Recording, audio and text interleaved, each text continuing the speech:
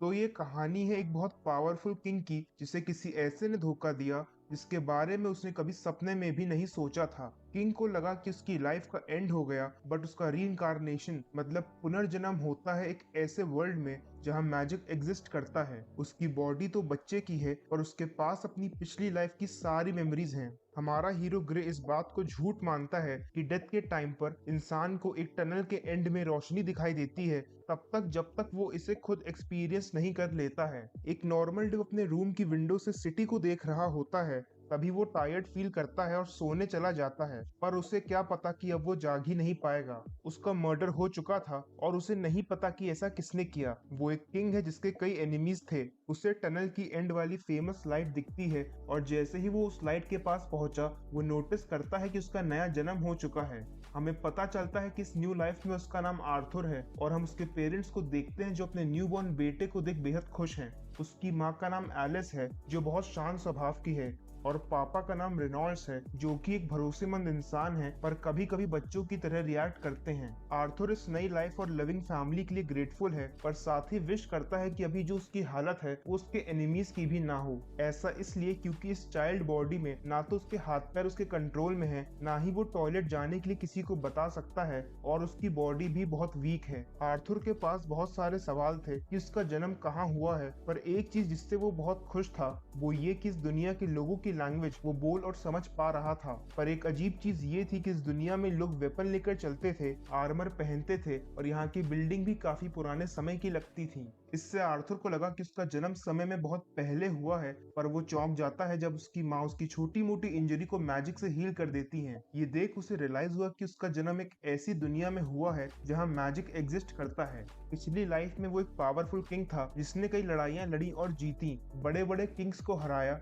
देश भी जीते, पर उसे कभी भी इतना गर्व नहीं हुआ था जितना उसे आज हो रहा था, क्योंकि उसने क्रॉल करना सीखा था। आर्थर इस दुनिया के बारे में और जानना चाहता था, तो वो रात में चुपचाप क्रॉल करते करते अपने पापा की लाइब्रेरी में चला जाता है। वहाँ उसे पता चला कि वो अभी एक कॉन्टिनेंट में है जिसका नाम डेकाथेन है, जो 3 किंगडम से मिलकर बना है। एलेनोर, जो कि जंगल में है जहाँ एल्व्स रूल करते हैं, डार्व, जो कि जमीन के नीचे है जहाँ डॉर्फ्स रूल करते हैं, सैपिन, जहाँ पर ह्यूमंस रहते हैं और जो इन तीनों में सबसे ज्यादा पॉपुलेटेड है। इस दुनिया की टेक्नोलॉजी काफी ज्यादा पुरानी और अंडर डेवलप्ड है, और इसका रीजन मैजिक है, क्योंकि मैजिक लाइफ को बहुत आसान बना देता है।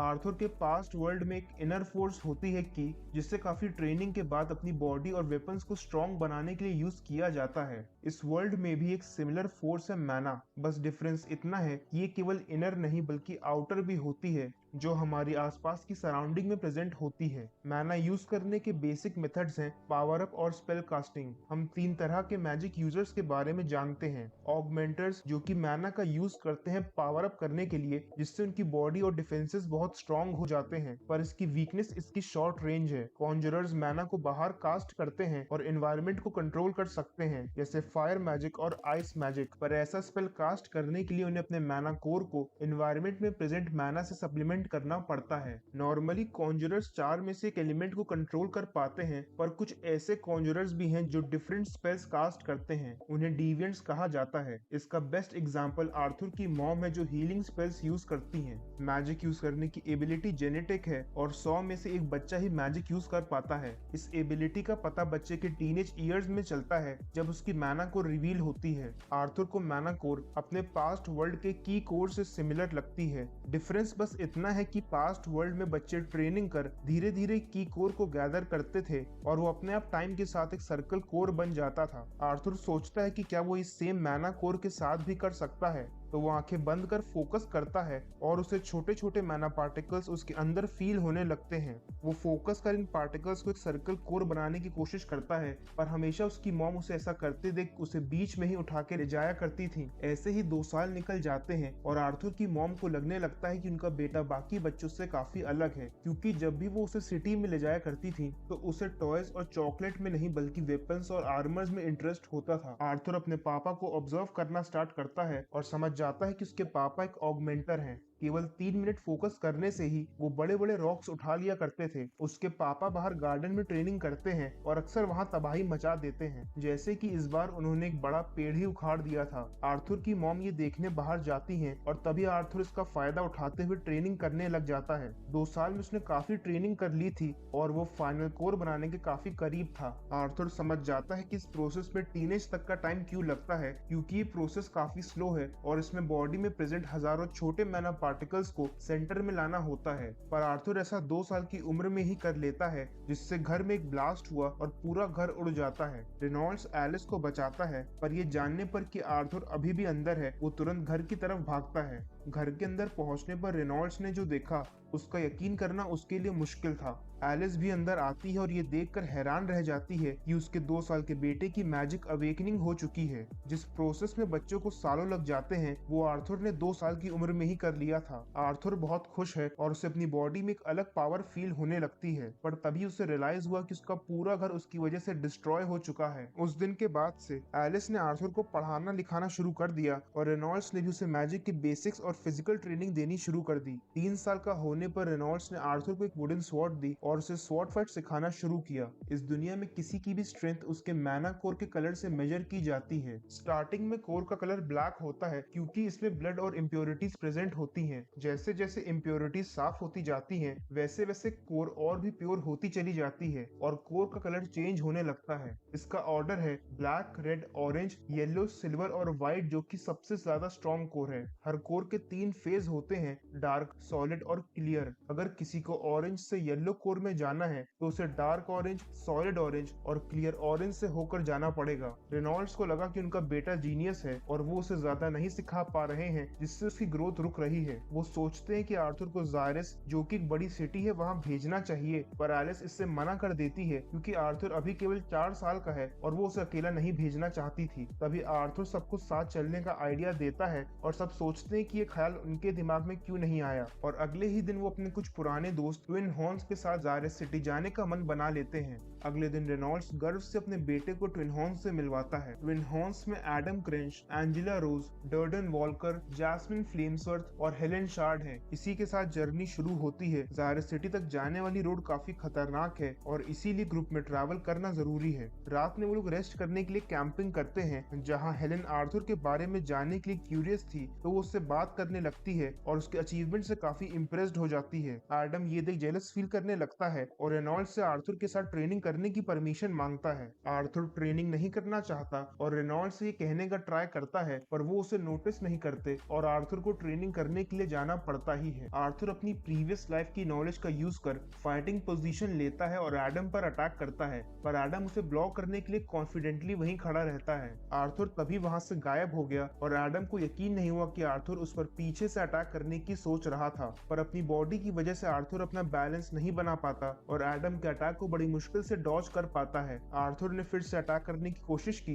पर एडम ने उसे इतनी जोर से किक किया कि वो दूर जाकर गिर जाता है, पर इसमें उसे काफी चोट लग गई थी। तभी डर्डन एडम को हिट करता है, क्योंकि वो आर्थर से ऐसे फाइट कर रहा था जैसे किसी प्रोफेशनल से फाइट करते हैं। एडम रेनॉल्ड्स से पूछता है कि उसने आर्थर को ऐसी क्या ट्रेनिंग दी जिससे वो मॉन्स्टर बन गया, जिस पर रेनॉल्ड्स कहता है कि उसने आर्थर को कुछ भी नहीं सिखाया। आर्थर झूठ बोलता है कि उसने ये सब बुक से सीखा है, पर अब बाकी सब भी उससे ये टेक्निक सीखना चाहते थे। जर्नी में कुछ और दिन निकल जाते हैं और हम देखते हैं कि आर्थर के स्किल्स को जैस्मिन बहुत जल्दी सीख लेती है और उन दोनों की अच्छी फ्रेंडशिप हो जाती है। आगे हम देखते हैं कि कुछ चोरों ने आर्थर के कैरेज पर अटैक कर दिया है। एंजेला विंड मैजिक से कैरेज को बचा लेती है, पर उन्हें चोरों ने चारों तरफ से घेर लिया था। रेनॉल्ड्स और ट्विन हॉर्न्स चोरों से फाइट करते हैं और वो उन्हें हराने ही वाले थे कि तभी रेनॉल्ड्स बहुत बुरी तरह घायल हो जाता है। आर्थर और एलिस रेनॉल्ड्स के पास जाते हैं, पर किसी रीजन से एलिस उसे हील नहीं कर पा रही थी। रेनॉल्ड्स आर्थर से एलिस के साथ एस्केप करने को कहता है, पर आर्थर ऐसा करने से मना करता है क्योंकि वो उनके साथ फाइट कर उन्हें सपोर्ट करना चाहता था। रेनॉल्ड्स बताता है कि वो आर्थर से एलिस को प्रोटेक्ट करने को इसलिए कह रहा है क्योंकि एलिस प्रेग्नेंट है। आर्थर समझ गया और वहां से अपनी मॉम के साथ एस्केप करने करने लगता है। तभी एक आर्चर ने उन पर अटैक किया,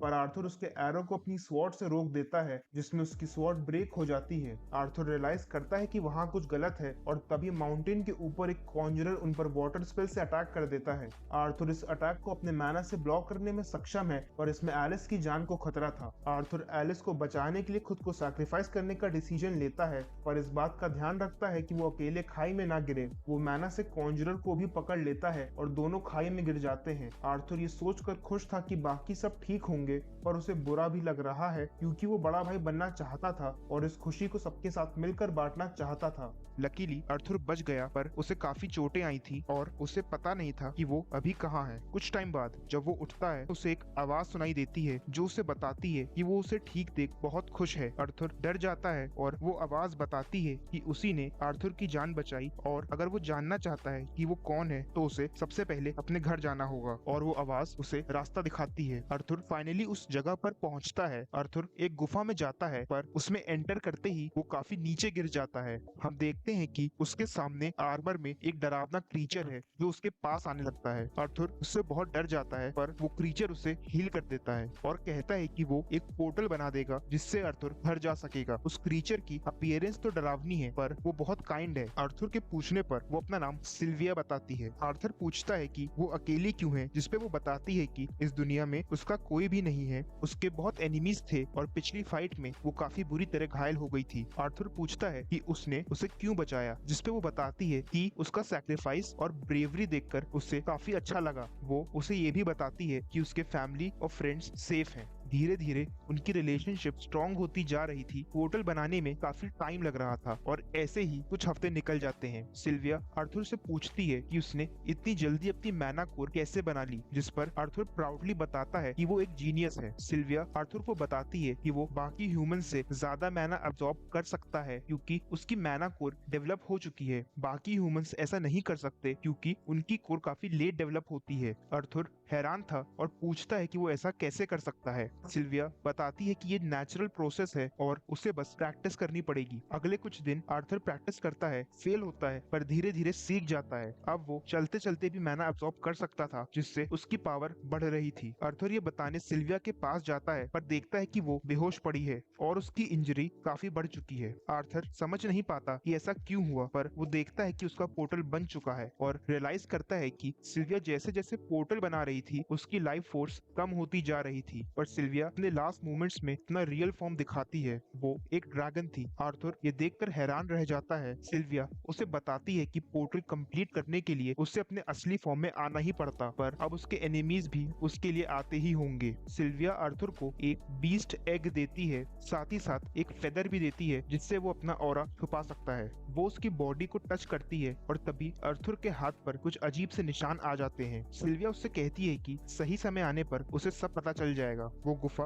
बहने लगती है। तभी वहाँ पे सिल्विया को लेने एक क्रीचर आता है। सिल्विया मैजिक से टाइम फ्रीज कर देती है और आर्थर को बताती है कि उसने पोर्टल बनाने में इतना समय इसलिए लगाया ताकि वो उसके साथ ज्यादा टाइम स्पेंड कर पाए। वो आर्थर को उसे ग्रैंडमा बुलाने के लिए कहती है। आर्थर रोने लगता है और वहाँ से जाने को मना करता है, पर सिल्विया उसे पोर्टल में धक्का दे देती है। सिल्विया को दूर जाते देख वो उसे ग्रैंडमा बुलाता है। उसके बाद हम देखते हैं कि आर्थर एक अनजान जगह पे है। तभी सिल्विया का एक लास्ट मैसेज उसे सुनाई देता है, जिसमें वो कहती है कि आर्थर अभी सच जानने के लिए तैयार नहीं है, वो अभी स्ट्रॉन्ग नहीं है। सिल्विया बताती है कि उसने आर्थर को एक लास्ट गिफ्ट दिया है जो कि उसकी स्पेशल विल है। आर्थर बहुत उदास था। आखिर में वो आर्थर से कहती है कि उसे पूरे सच का तब पता चलेगा जब उसकी कोर व्हाइट फेस को पास कर लेगी। पर सबसे ज्यादा हैरान करने वाली बात ये है कि सिल्विया उसे लास्ट में किंग ग्रे बुलाती है। आर्थर शॉक्ड था। उसके मन में बहुत सारे सवाल थे, पर अभी उसका समय नहीं था।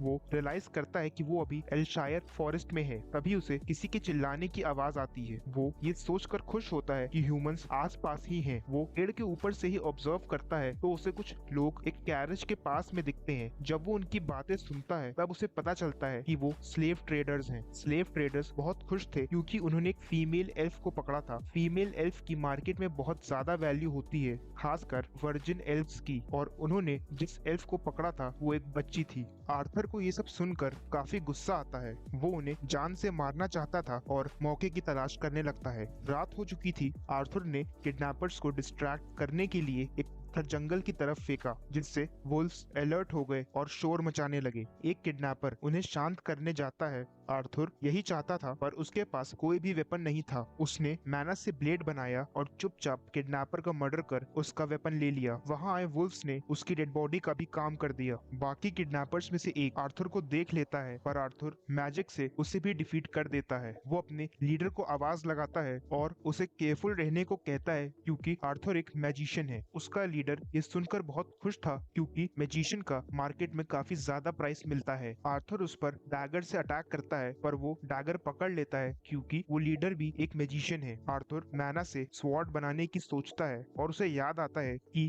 ऐसे तो वो फायर मैजिक भी बना सकता है, तो वो कोशिश करता है और वहाँ एक बड़ा एक्सप्लोजन होता है। लीडर गुस्से में आर्थर को मारना चाहता था, पर तब तक आर्थर उसका मर्डर कर देता है। आर्थर फाइनली उस एल्फ को फ्री कर देता है, पर उसे वहाँ से ब्लाइंड फोल्डेड ले जाता है, क्योंकि वो नहीं चाहता था कि एल्फ मर्डर सीन देखे। कुछ दूर चलने के बाद आर्थर उस एल्फ का ब्लाइंड फोल्ड हटाता है और वो एल्फ उसे थैंक्स करती है। आर्थर वहाँ से जाने वाला था, पर एल्फ काफी डरी हुई थी और आर्थर से उसे घर छोड़ने की जिद करती है। आर्थर मना करता है, पर लास्ट में उस एल्फ की जिद के आगे उसे हार माननी पड़ती है। आर्थर किडनैपर्स के कैरेज से जरूरत का सामान और उस एल्फ के कपड़े ले आता है। उसके बाद वो दोनों एल्फ के बताए हुए डायरेक्शन में जाने लगते हैं। जर्नी में हमें पता चलता है कि एल्फ का नाम टेसिया एरालिथ है। हम देखते हैं कि जर्नी में कई बार आर्थर की मैनाकोर में अचानक दर्द होने लगता है, जिसे वो टेसिया से छुपाता है और उससे कुछ भी नहीं कहता। धीरे धीरे हम देखते हैं कि टेसिया और आर्थर अच्छे दोस्त बन चुके हैं। एक लंबी जर्नी के बाद वो टेसिया की बताई हुई लोकेशन पे पहुंच जाते हैं। आर्थर को वहाँ केवल पेड़ और झाड़ियां ही दिख रही थी, पर टेसिया कुछ पेड़ों को छूती है और वहाँ एक मैजिक एंट्रेंस दिखाई देने लगता है। वो दोनों उस पोर्टल के अंदर जाते हैं और हम देखते हैं कि वो एक नई जगह पहुंच चुके हैं। तभी वहाँ कुछ लोग नील करते हुए प्रिंसेस को वेलकम करते हैं। आर्थर को यकीन नहीं हुआ कि वो जिस एल्फ के साथ ट्रैवल कर रहा था वो एक्चुअली में एक प्रिंसेस है। किंग और क्वीन एलेनोर आ जाते हैं, जो अपनी बेटी को देख बहुत खुश होते हैं। उनके साथ वहाँ विलियम एरालिथ भी है, जो कि एलेनोर का प्रीवियस राजा था, जिसने ह्यूमंस के सेपियन किंगडम से वॉर लड़ी थी। किंग आर्थर को थैंक्स करते हैं और उसे दावत पे बुलाते हैं। किंग के वर्ड्स तो काइंड थे, पर उनकी आंखों से साफ पता चल रहा था कि वो आर्थर को ऑफर नहीं बल्कि ऑर्डर दे रहे हैं। आर्थर सिल्विया की स्टोरी छोड़ बाकी सब कुछ बताता है, जिस पर विलियम आर्थर से पूछता है कि उसने टेसिया को अकेले कैसे रेस्क्यू किया। आर्थर बताता है कि वो एक मैजिशियन है एंड उसके लिए किडनैपर से अकेले लड़ना कोई बड़ी बात नहीं है। सोल्जर्स को लगा कि वो झूठ बोल रहा है और वो उसकी तरफ बढ़ते हैं, पर विलियम एक ही नजर से उन्हें रोक देता है। आर्थर कहता है कि वो बस अपने घर वापस जाना चाहता है। किंग कहते हैं कि आर्थर उनकी बेटी को रेस्क्यू कर वहां लाया, इसलिए वो कल अपने कुछ गार्ड्स को आर्थर के साथ भेज देंगे ताकि वो सेफली अपने घर जा सके और उसे तब तक वहीं रेस्ट करने को कहते हैं। कुछ टाइम बाद हम देखते हैं कि टेसिया आर्थर को कासल दिखा रही है। तभी कोई उस पर डैगर से अटैक करता है। आर्थर डैगर पकड़ लेता है एंड देखता है कि अटैकर और कोई नहीं बल्कि टेसिया के ग्रैंडफादर विलियम है, जो उसे एक वुडन स्वॉर्ड देते हैं एंड उसे अपने स्किल्स दिखाने को कहते हैं। आर्थर तुरंत विलियम पर अटैक करता है, पर वो विलियम नहीं बल्कि उसका एक क्लोन था। आर्थर दोबारा फायर मैजिक से अटैक करता है। विलियम डॉज कर लेता है, पर आर्थर किसी तरह उस पर एक वीक अटैक करने में कामयाब होता है। विलियम को यकीन नहीं हुआ कि आर्थर ने उसे हिट किया। वो उसकी स्किल्स की तारीफ करता है और उसे उसका डिसाइपल बनने के लिए कहता है। आर्थर ये सुनकर बहुत हैरान था और पूछता है कि एक ह्यूमन एल्फ किंगडम में कैसे रह सकता है। विलियम उसे प्रॉमिस करता है कि उसके अंडर एल्फ किंगडम में कोई भी आर्थर को हाथ भी नहीं लगा सकेगा। विलियम बताता है कि आर्थर बाकी बच्चों से काफी ज्यादा स्किल्ड है और उसके साथ रहकर आर्थर जो भी सीखेगा वो उसे ह्यूमन किंगडम के बेस्ट मैजिशियंस भी नहीं सिखा सकते हैं। पर आर्थर अपनी फैमिली से मिलना चाहता था, तो विलियम उसे बताता है कि वो यहाँ रहकर भी उनसे बात कर सकता है। विलियम टेसिया को वहाँ से जाने के लिए कहता है और फिर आर्थर से उसके मैनाकोर में हो रहे दर्द के बारे में पूछता है। आर्थर चौंक जाता है, पर विलियम उसे बताता है कि उसके लिए ये जानना जरूरी है कि ऐसा क्यों हो रहा है। विलियम उसे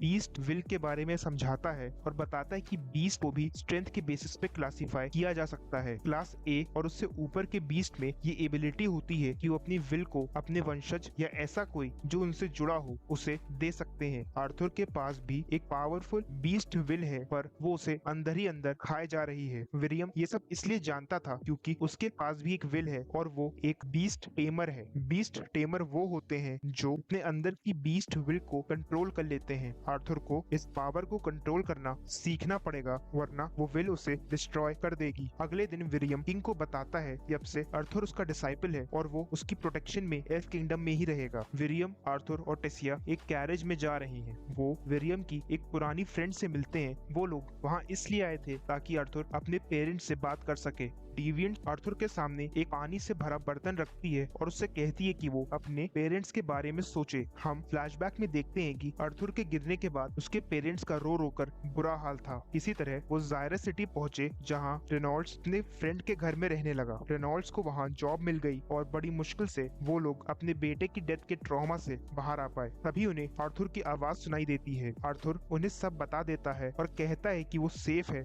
और एल्फ किंगडम में है। वो उनसे झूठ बोलता है कि वो बीमार है और उसका ट्रीटमेंट एल्फ किंगडम में चल रहा है जिसमें कुछ साल लग जाएंगे, पर वो जल्दी ही उनसे मिलेगा। उसके पेरेंट्स ये जानकर कि उनका बेटा आर्थर बिल्कुल ठीक है बहुत खुश होते हैं और आगे हम देखते हैं कि विलियम आर्थर से कहता है कि अगले कुछ साल उसे बेहद कठिन ट्रेनिंग करनी पड़ेगी। बीस्ट टेमर्स को बीस्ट विल कंट्रोल करने के लिए एसिमिलेशन प्रोसेस से गुजरना पड़ता है। इस प्रोसेस में ऐसा लगता है जैसे बॉडी को गर्म लावा में डाल दिया हो, पर अगर आर्थर इस ट्रेनिंग को एंड्योर कर लेगा तो इसके रिजल्ट्स बेहद शानदार होंगे। समय गुजरते पता नहीं चला और 3 साल बाद हम टेसिया और आर्थर को देखते हैं जो रोज की तरह ट्रेनिंग पर जाने की तैयारी कर रहे हैं। इस दुनिया में मैजिक के 4 बेसिक एलिमेंट्स हैं, फायर, वाटर, विंड और अर्थ। इन्हीं एलिमेंट्स के एडवांस्ड फॉर्म्स हैं लाइटनिंग, आइस, साउंड और ग्रेविटी। एडवांस्ड एलिमेंट्स को वही कंट्रोल कर सकता है जो इनके बेसिक एलिमेंट्स का मास्टर हो। मतलब लाइटनिंग एलिमेंट को वही यूज कर पाएगा जिसकी फायर एलिमेंट पर पूरी तरह मास्टरी हो। एडवांस्ड एलिमेंट्स के यूजर्स को डिविएंट्स कहा जाता है। डॉर्फ्स का कंट्रोल अर्थ और फायर एलिमेंट पर बेहतरीन है, वहीं एल्व्स वाटर, विंड और अर्थ एलिमेंट के महारथी हैं, पर वो इनके एडवांस्ड फॉर्म्स को यूज नहीं कर सकते। कुछ रेयर एल्व्स में प्लांट्स को कंट्रोल करने की भी एबिलिटी होती है। ह्यूमंस किसी भी बेसिक एलिमेंट को कंट्रोल कर सकते हैं। केवल ह्यूमंस ही ऐसे डिविएंट्स बनते हैं जिनके पास हायर फॉर्म्स को कंट्रोल करने की क्षमता होती है। जनरली ह्यूमंस एक ही बेसिक एलिमेंट को कंट्रोल करते हैं और उसी का एडवांस्ड फॉर्म यूज कर पाते हैं, पर कुछ टैलेंटेड मैजिशियंस 2 एलिमेंट्स को भी कंट्रोल कर लेते हैं। तभी एसिया पूछती है कि आर्थर उसकी तरह फिजिकल ट्रेनिंग क्यों नहीं करता। हमें पता चलता है कि जहां ह्यूमंस की कोर अवेकनिंग 15 की एज में होती है, वहीं एल्व्स में अवेकनिंग 10 साल में होना आम बात है और एसिया की अवेकनिंग हो चुकी है। विलियम जवाब में कहता है कि इन 3 सालों में आर्थर ने एसिमिलेशन सीखा है, जो एक प्रोसेस है जिसमें बोन्स, ऑर्गन्स और मसल्स को मैना से स्ट्रॉन्ग बनाया जाता है। ये प्रोसेस आर्थर की बॉडी को बीस्ट विल की पावर हैंडल करने लायक बना रहा है। आर्थर अपनी ट्रेनिंग के नेक्स्ट स्टेज पर जाने को तैयार है, जिसके बाद वो एक असली बीस्ट टेमर कहलाएगा। विलियम आर्थर की मैना कोर में काफी सारा मैना डालता है जिससे उसकी बॉडी में एनर्जी फ्लो होने लगती है, पर एक्सेस मैना की वजह से एक एक्सप्लोजन होता है जिससे टेसिया और विलियम दूर जाकर गिरते हैं। वो आर्थर को देखने आते हैं और विलियम पूछता है कि ऐसा कौन सा बीस्ट है जिसने आर्थर को अपनी विल दी। आर्थर रिवील करता है कि उसके पास ड्रैगन की विल है। ये सुनकर विलियम के होश उड़ जाते हैं क्योंकि ड्रैगन टेमर्स बहुत ही रेयर होते हैं। हम देखते हैं कि आर्थर रेस्ट कर रहा है और विलियम से उसकी ड्रैगन विल को सीक्रेट रखने के लिए कहता है। विलियम आर्थर को उस पर ट्रस्ट करने को कहता है और बताता है कि उसका एल्फ किंगडम से जाने का समय आ चुका है। आर्थर ये सुनकर हैरान है कि वो एल्फ किंगडम में अब बस 4 और महीने का मेहमान है। विलियम बताता है कि तीनों किंगडम्स एल्फ, ड्वार्फ्स और ह्यूमंस के बीच एक टूर्नामेंट होने वाला है जिसके लिए ज़ायरस सिटी के पोर्टल्स खुलेंगे और आर्थर के पास फाइनली अपने पेरेंट्स से मिलने का मौका है। ये सुनकर आर्थर खुश तो है, पर उसे एल्फ किंगडम और टेसिया से दूर जाने का दुख भी सता रहा है। विलियम से चिंता छोड़ अपनी ट्रेनिंग पर फोकस करने के लिए कहता है। तभी आर्थर के बीस्ट एग में क्रैक आने लगे और वो टूट गया। उस अंडे में से एक क्रीचर बाहर आता है जो कि ड्रैगन है। आर्थर को ड्रैगन काफी क्यूट लगा, पर ड्रैगन उसे काट लेता है। आर्थर को कुछ आवाजें सुनाई दी, पर उसे कोई भी दिखाई नहीं दे रहा था। हमें पता चलता है कि ड्रैगन आर्थर से टेलीपैथी के थ्रू बात कर रही थी और उसके काटने से आर्थर के हाथ पर जो निशान है वो एक्चुअली उन दोनों को कनेक्ट कर रहा था। आर्थर ड्रैगन का नाम सिल्वी रखता है। अगले दिन एशिया को आर्थर के ड्रैगन के बारे में पता चलता है और जब वो वेरियन को बताती है तो ड्रैगन को देख उसके होश उड़ जाते हैं। आर्थर को वेरियन से पता चला कि सिल्वी जैसे ड्रैगन्स जनरली अपने पेरेंट ड्रैगन्स की प्रेजेंस में हैच करते हैं, पर सिल्वी ने आर्थर की प्रेजेंस में इसलिए हैच किया क्योंकि कल उसने सिल्विया की विल को पूरी तरह एक्टिवेट किया था। अब आर्थर को अपनी मैना कोर और बीस्ट विल को साथ में ट्रेन करना होगा, जिसका एक ही रास्ता है, कॉम्बैट ट्रेनिंग। आर्थर को लगा कि ये आसान है, पर इसमें एक ट्विस्ट था। आर्थर को फाइट अब वेरियन से नहीं बल्कि एक बीस्ट टेमर से करनी है। वेरियन अपनी विल को एक्टिवेट करता है और हमें उसका बीस्ट ट्रांसफॉर्मेशन देखने को मिलता है। बीस्ट टेमर्स वो मेज हैं जो एक मैना बीस्ट से इनहेरिटेड एबिलिटीज को यूज कर सकते हैं। इसे यूज करने की 2 स्टेजेस हैं। पहली स्टेज को एक्वायर फेज कहा जाता है, जिसमें टेमर बीस्ट की स्ट्रेंथ को बोरो कर सकता है। सेकेंड स्टेज को इंटीग्रेट फेज कहा जाता है, जिसमें फाइनली टेमर बीस्ट की यूनिक एबिलिटीज और कैरेक्टरिस्टिक्स को यूज कर सकता है। इसमें ही टेमर का ट्रांसफॉर्मेशन भी होता है। वेरियन कड़ी मेहनत के बाद सेकेंड स्टेज अचीव कर पाया है और अब उसके पास शैडो पैंथर की पावर्स हैं। आर्थर के लिए वेरियन की मूवमेंट्स को ट्रैक करना असंभव था, तो वो तुरंत सरेंडर कर देता है। इंटीग्रेट फेज यूज करने से टेमर की बॉडी पर काफी प्रेशर भी पड़ता है। वेरियन की गाइडेंस से आर्थर ड्रैगन विल के फर्स्ट फेज को यूज करना सीख लेता है।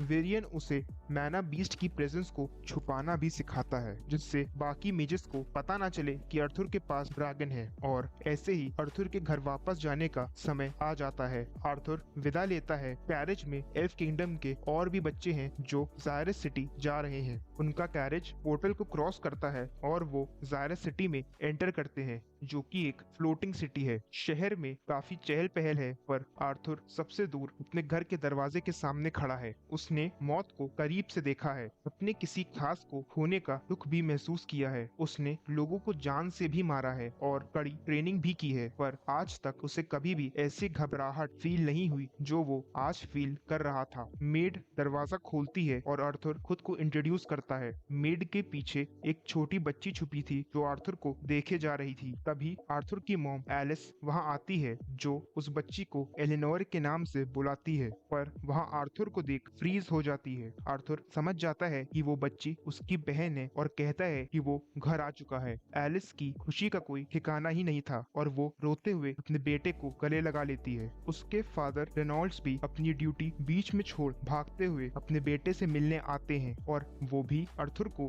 गले लगा लेते हैं। दुख के बादल छट चुके थे और लंबे समय बाद आर्थर का परिवार फिर से एक साथ था। आर्थर अपने परिवार के साथ है और उन्हें खाई में गिरने के बाद से लेकर अब तक हुए सारे इवेंट्स के बारे में बताता है, पर ड्रैगन के बारे में झूठ बोलता है कि वो क्रीचर उसे एक गुफा में मिला जहां बीस्ट की मां ने अपने आखिरी वक्त में उसे उसकी जिम्मेदारी सौंप दी। उसे परिवार से झूठ बोलते हुए बुरा लग रहा था, पर सच ना जानना ही उनके लिए बेहतर था। रेनॉल्ड्स एक्साइटमेंट में आर्थर से उसकी मैना कोर की स्टेज के बारे में पूछता है। वो बताता है कि आर्थर के जाने के बाद उसने हेल्स्टिया ऑक्शन हाउस में गार्ड इंस्ट्रक्टर की जॉब ज्वाइन की और 2 साल पहले ही उसकी कोर डार्क ऑरेंज स्टेज में एंटर कर चुकी है। रेनॉल्ड्स शो ऑफ कर रहा था, पर जब आर्थर बताता है कि उसकी कोर अभी लाइट रेड स्टेज पर है तो उसके होश उड़ जाते हैं, क्योंकि लाइट रेड और डार्क ऑरेंज में बस एक ही लेवल का अंतर है। उसे आर्थर पर विश्वास नहीं हो रहा था और वो उसे तुरंत बैकयार्ड में फाइट करने को कहता है। तभी रेनॉल्ड्स का फ्रेंड और उसकी फैमिली भी वहां आ जाते हैं। ये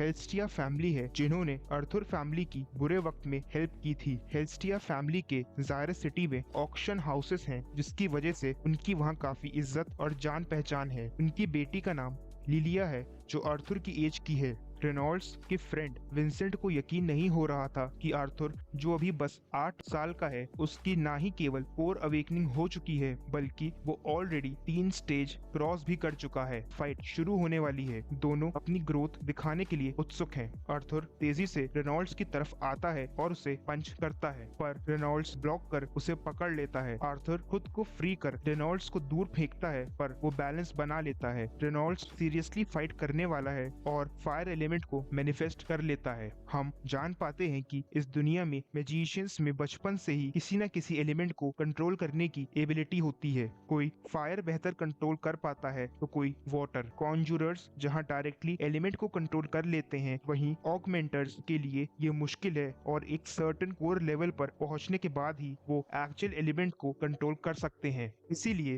रेनॉल्ड्स को इतना टाइम लग गया फायर एलिमेंट पर काबू पाने के लिए। पर आर्थर के साथ ऐसा नहीं था। अपनी पास्ट लाइफ की नॉलेज की वजह से इस दुनिया में उसके पास बहुत एडवांटेजेस थे। उसकी फायर एलिमेंट पर मास्टरी थी और अब वो लाइटनिंग को कंट्रोल कर रहा था, जो फायर का एडवांस्ड फॉर्म है। सभी लोग समझ जाते हैं कि आर्थर एक डिविएंट है। फाइट आगे बढ़ती है। एक फाइनल क्लैश हुआ जिससे बड़ा एक्सप्लोजन होता है। वो एक दूसरे को क्रिटिकली हिट करने वाले थे, पर तभी वो रुककर हंसने लगते हैं। रेनॉल्ड्स आर्थर को गले लगाता है क्योंकि उससे अपने बेटे पर गर्व हो रहा था। ये सब देख विंसेंट का सर चकरा रहा था। डिनर टेबल पर सब आर्थर के टैलेंट की तारीफ कर रहे हैं। विंसेंट रेनॉल्ड्स से आर्थर का जायरस एकेडमी में एडमिशन करवाने को कहता है। जायरस एकेडमी वहाँ पर हॉगवर्ट्स जैसा है। विंसेंट की जायरस एकेडमी के डायरेक्टर से जान पहचान है, तो वो आर्थर का एडमिशन कराने में हेल्प कर सकता है। विंसेंट हमारे उन रिश्तेदारों की तरह है जिन्हें बिना मतलब दूसरे बच्चों के फ्यूचर की चिंता सताती है। पर आर्थर कहता है कि वो इतने सालों बाद अपनी फैमिली से मिला है, तो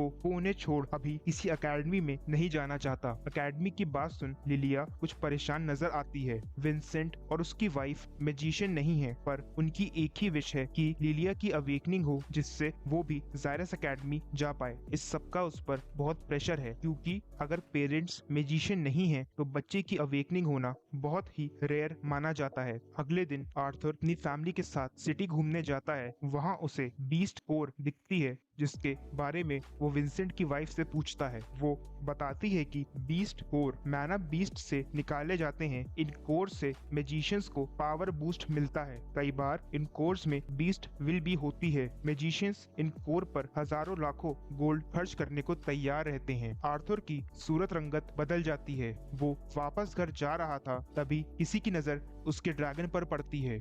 आर्थर घर पहुंच चुका है, जहां विंसेंट उसे किसी से मिलवाना चाहता है। आर्थर से मिलने जायरस एकेडमी की डायरेक्टर सिंथिया आई हैं। जायरस एकेडमी एक एलीट इंस्टीट्यूशन है, जहां जाने का सपना हर मैजिशियन देखता है। उस एकेडमी के एल्यूमिनाई बड़े बड़े गिल्ड मेंबर्स, लीडर्स और रॉयल नाइट्स हैं। जिसने भी इस दुनिया में कुछ इम्पैक्ट डाला है, उसका जायरस एकेडमी से कोई ना कोई कनेक्शन जरूर है। सिंथिया एक खुली जगह पर जाना चाहती है क्योंकि वो आर्थर का टेस्ट लेना चाहती थी। रेनॉल्ड्स की फाइट के बाद विंसेंट ने घर के बाहर एक एरिना तैयार करवा दिया था। सिंथिया आर्थर से कहती है कि वो होप करती है विंसेंट ने उसे जो भी बताया है वो सब सच हो और उसे आर्थर का असली पोटेंशियल देखने को मिले। विंसेंट ने सिंथिया को ये नहीं बताया था कि आर्थर फायर और लाइटनिंग एलिमेंट को कंट्रोल कर सकता है। सिंथिया आर्थर का बिहेवियर देख समझ नहीं पा रही थी कि वो इतना शांत कैसे है। आगे हमें पता चलता है कि आर्थर जब वेरियन के साथ ट्रेनिंग कर रहा था, तो सबसे पहले उसने फायर और वाटर एलिमेंट पर कंट्रोल पाया, पर प्रीवियस लाइफ की नॉलेज की वजह से जल्दी ही उसने अर्थ और विंड एलिमेंट्स को भी कंट्रोल करना सीख लिया। फाइट शुरू हुई और आर्थर ने अर्थ मैजिक से एरिना डिस्ट्रॉय कर दिया और टूटे हुए पत्थरों को विंड मैजिक से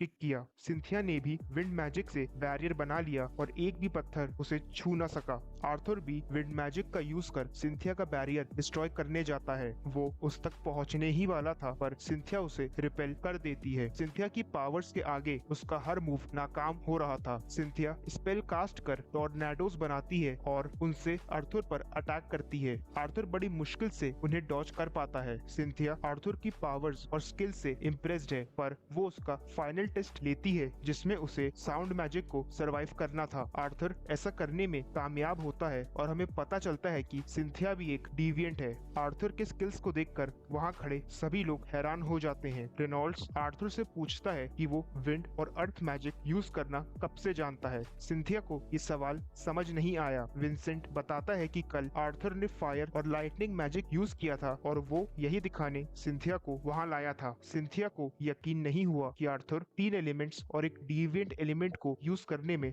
सक्षम है, जिस पर आर्थर रिवील करता है कि वो वाटर एलिमेंट भी कंट्रोल कर सकता है। मतलब वो चारों बेसिक एलिमेंट एलिमेंट्स और एक डिविएंट एलिमेंट को यूज करने के काबिल है। ये जानकर सिंथिया लड़खड़ाने लगी। आर्थर सबसे सच छुपाने के लिए माफी मांगता है। सिंथिया उसके पास जाती है और एक साउंड बैरियर बनाती है। इस बैरियर में वो जो भी बात करेंगे उसे कोई और सुन नहीं पाएगा। वो आर्थर से उसे अपने मन की बात बताने को कहती है। आर्थर सिंथिया से कहता है कि उसने उसे अपनी सारी एबिलिटीज इसलिए दिखाई क्योंकि उसके पास ऐसी दो चीजें हैं जो वो चाहता है, पावर और इन्फ्लुएंस। वो चाहता है कि जब तक वो स्ट्रॉन्ग ना बन जाए तब तक सिंथिया उसकी फैमिली को प्रोटेक्ट करे, जिसके बदले वो अकेडमी ज्वाइन करेगा और जीवन भर उसे अपना शुभचिंतक भी मानेगा। सिंथिया को ये एक तरफा सौदा लगा। आर्थर कहता है कि सिंथिया उसका पोटेंशियल जानती है, पर वो एक नॉर्मल एज का होने पर ही अकेडमी ज्वाइन करना चाहता है, यानी 3 साल बाद। सिंथिया पूछती है कि आर्थर तब तक क्या करेगा, जिस पर वो बताता है कि वो एडवेंचरर बनना चाहता है। घर में जब ये बात पता चली तो एलिस आर्थर पर भड़क गई। वो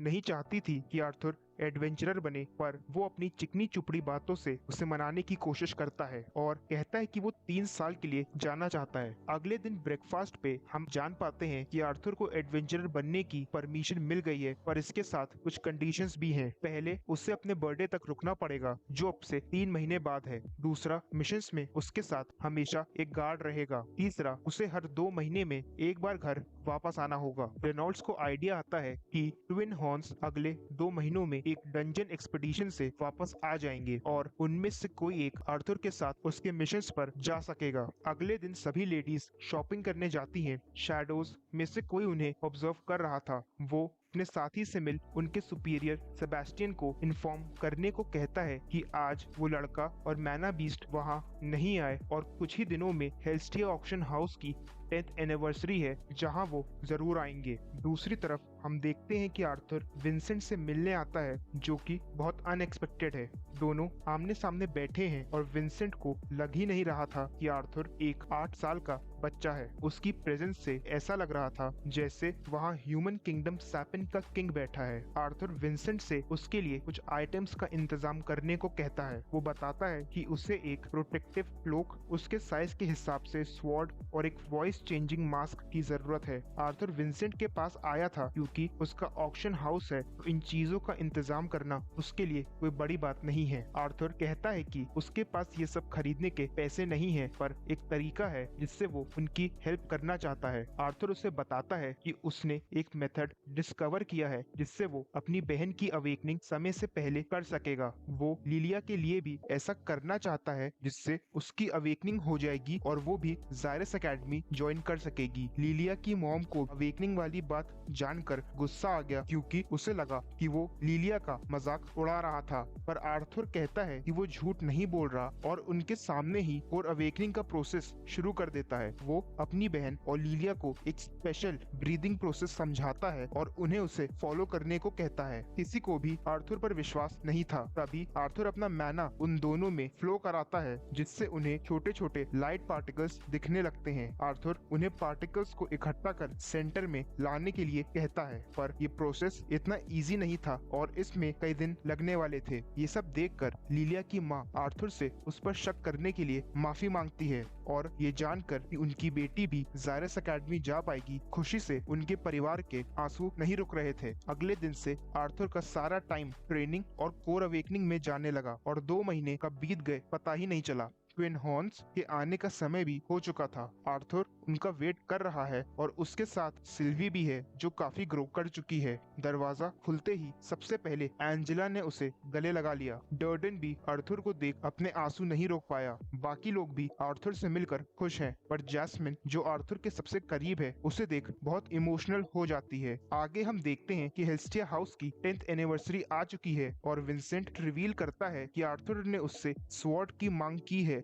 रेनॉल्ड्स बताता है कि उसने आर्थर को केवल एक वुडन स्वॉर्ड लाकर दी थी और बाकी सब उसने खुद ही सीखा है। विंसेंट को यकीन नहीं होता, पर रेनॉल्ड्स आगे बताता है कि जब वो आर्थर से फाइट करता है तो उसे एक अलग प्रेशर फील होता है और आर्थर ऐसे फाइट करता है जैसे उसके पास बहुत सालों का बैटल एक्सपीरियंस हो। आगे हम देखते हैं कि सभी लोग हेल्स्टिया ऑक्शन हाउस के लिए निकल पड़ते हैं और जैसा सुना था, हेल्स्टिया ऑक्शन हाउस उतना ही मैजेस्टिक है। 10th एनिवर्सरी एक ऐसा इवेंट है जिसका नोबल्स और एडवेंचरर्स काफी बेसब्री से इंतजार करते हैं, क्योंकि इस इवेंट में कई प्राइसलेस आर्टिफैक्ट्स का ऑक्शन होता है। सीटिंग कैपेसिटी देखकर इनके ऑक्शंस की पॉपुलैरिटी का अंदाजा लगाया जा सकता है। स्पेशल गेस्ट के लिए प्राइवेट रूम्स भी हैं और आर्थर हेस्टिया फैमिली के साथ वहीं से पूरा ऑक्शन विटनेस करेगा। धीरे धीरे ऑक्शन हाउस भरने लगा और एक सर्वेंट इन्फॉर्म करता है कि वीआईपी गेस्ट भी आ चुके हैं।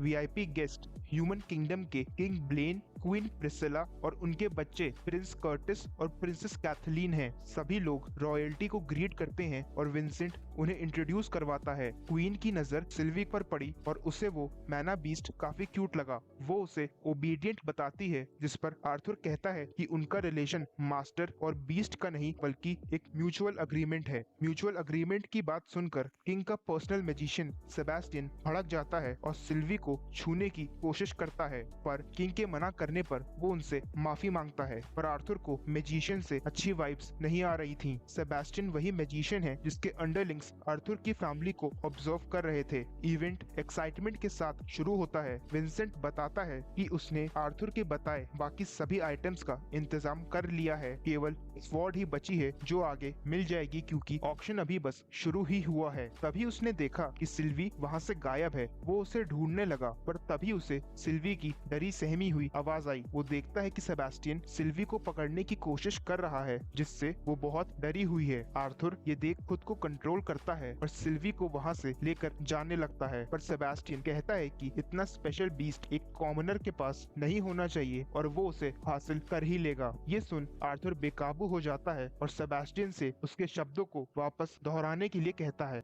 दूसरी तरफ किंग और विंसेंट बात कर ही रहे होते हैं कि तभी उन्हें आर्थर की ब्लड लस्ट फील होती है, जो इतनी पावरफुल थी कि उनका दम घुटने लगा और सभी लोग पैनिक करने लगे। उन्हें लगा कि कोई बहुत पावरफुल मैजिशियन उन पर अटैक करने आया है। आर्थर को रियलाइज हुआ कि उसने इतना कंट्रोल खो दिया था, तो वो चुपचाप एक कोने में जाकर बैठ जाता है। रेनॉल्ड्स गार्ड्स के साथ बिल्डिंग को सर्च करता है और एक मामूली सा इंट्रूडर पकड़ा जाता है। किंग को लगा कि अब सब ठीक है। इवेंट आगे बढ़ता है और ऑक्शन के लिए एक मैना बीस्ट वर्ल्ड लायन को प्रेजेंट किया जाता है। बताया जा रहा था कि ये कोई मामूली बीस्ट नहीं है और इसमें आगे चलकर ए क्लास बीस्ट बनने का पोटेंशियल है। किंग सबसे ज्यादा बिड करके उस बीस्ट को अपने बेटे कर्टिस के लिए खरीद लेते हैं। ऑक्शन अब ओवर होने वाला है। तभी सेबेस्टियन उनके कान में कुछ विस्पर करता है और आर्थर को देख मुस्कुराता है। किंग बाकी सबके साथ बाहर आते हैं। माहौल शांत लग रहा था, पर किसी को भी नहीं पता था कि ये तूफान आने से पहले की शांति है। किंग कहता है कि सेबेस्टियन कई सालों से उनके लिए काम कर रहा है और वो उसे उसकी सर्विस का रिवॉर्ड देना चाहते हैं। सेबेस्टियन को आर्थर का मैना बीस्ट पसंद आ गया है और वो चाहते हैं कि बीस्ट उसे दे दिया जाए। रेनॉल्ड्स आर्थर का चेहरा देख समझ जाता है और माफी मांगते हुए कहता है कि आर्थर के बीस्ट पर उसका और एलिस का कोई भी अधिकार नहीं है।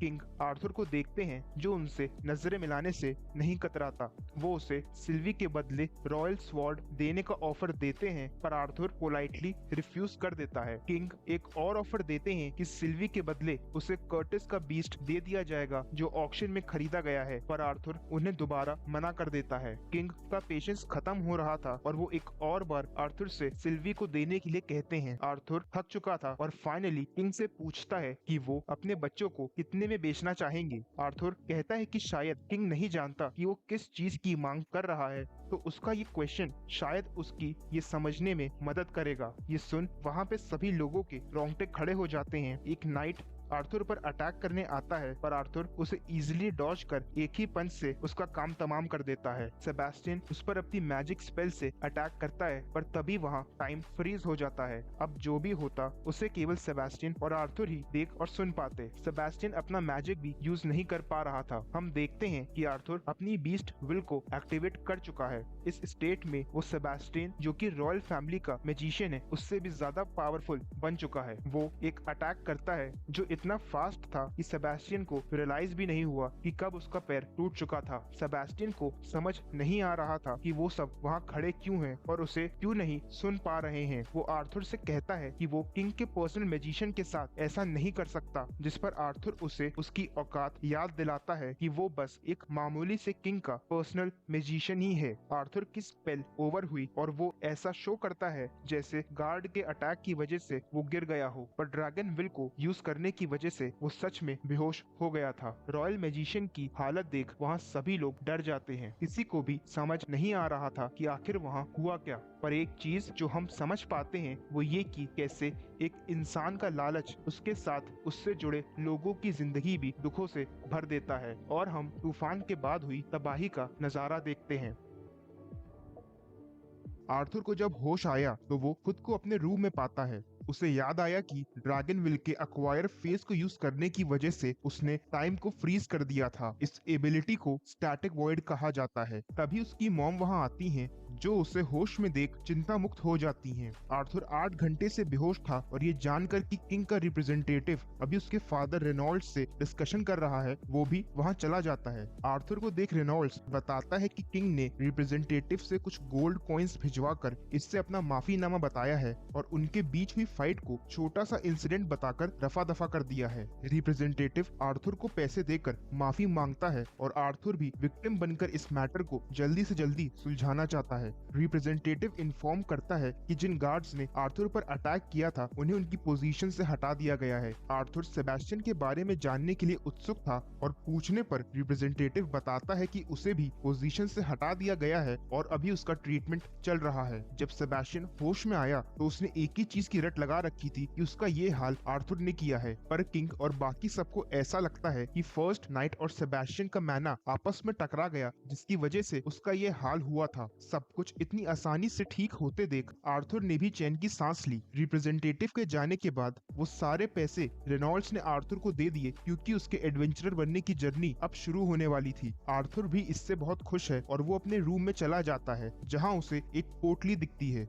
इस पोटली में वो सारे आइटम्स हैं जो आर्थर ने विंसेंट से मंगवाए थे। आर्थर सोच रहा है कि फाइनली अब वो अपनी आइडेंटिटी छुपाकर अपनी पावर्स का पूरा यूज कर पाएगा। अगले दिन एक कैफे में आर्थर की फैमिली और ट्विन हॉर्न्स ब्रेकफास्ट कर रहे होते हैं। तभी रेनॉल्ड्स पूछता है कि उनमें से कौन आर्थर के साथ उसके मिशंस पर जाना चाहेगा। डर्डन आर्थर के साथ जाने को तैयार हो जाता है, पर जैस्मिन इंटरफेयर करती है क्योंकि वो आर्थर के साथ जाना चाहती थी। सबकी रजामंदी से जैस्मिन का आर्थर के साथ जाना तय हो जाता है। शाम को घर वापस आने पर आर्थर ऑक्शन हाउस जाना चाहता है क्योंकि अभी भी उसके पास स्वॉर्ड नहीं है। लास्ट टाइम वो स्वॉर्ड नहीं ले पाया था और इसीलिए वो रेनॉल्ड्स के साथ ऑक्शन हाउस चला जाता है। विंसेंट फैमिली उसे स्वस्थ देख बहुत खुश है। विंसेंट उसे ऑक्शन हाउस के शानदार वेपन रूम में ले जाता है, जहां हर तरह के वेपन्स उपलब्ध हैं। ये सब देख आर्थर की आंखें चौंधिया जाती हैं और वो अलग अलग तरह की स्वॉर्ड्स को ट्राई करने लगता है। इतने सारे वेपन्स होने के बावजूद उसे कोई भी स्वॉर्ड पसंद नहीं आ रही थी।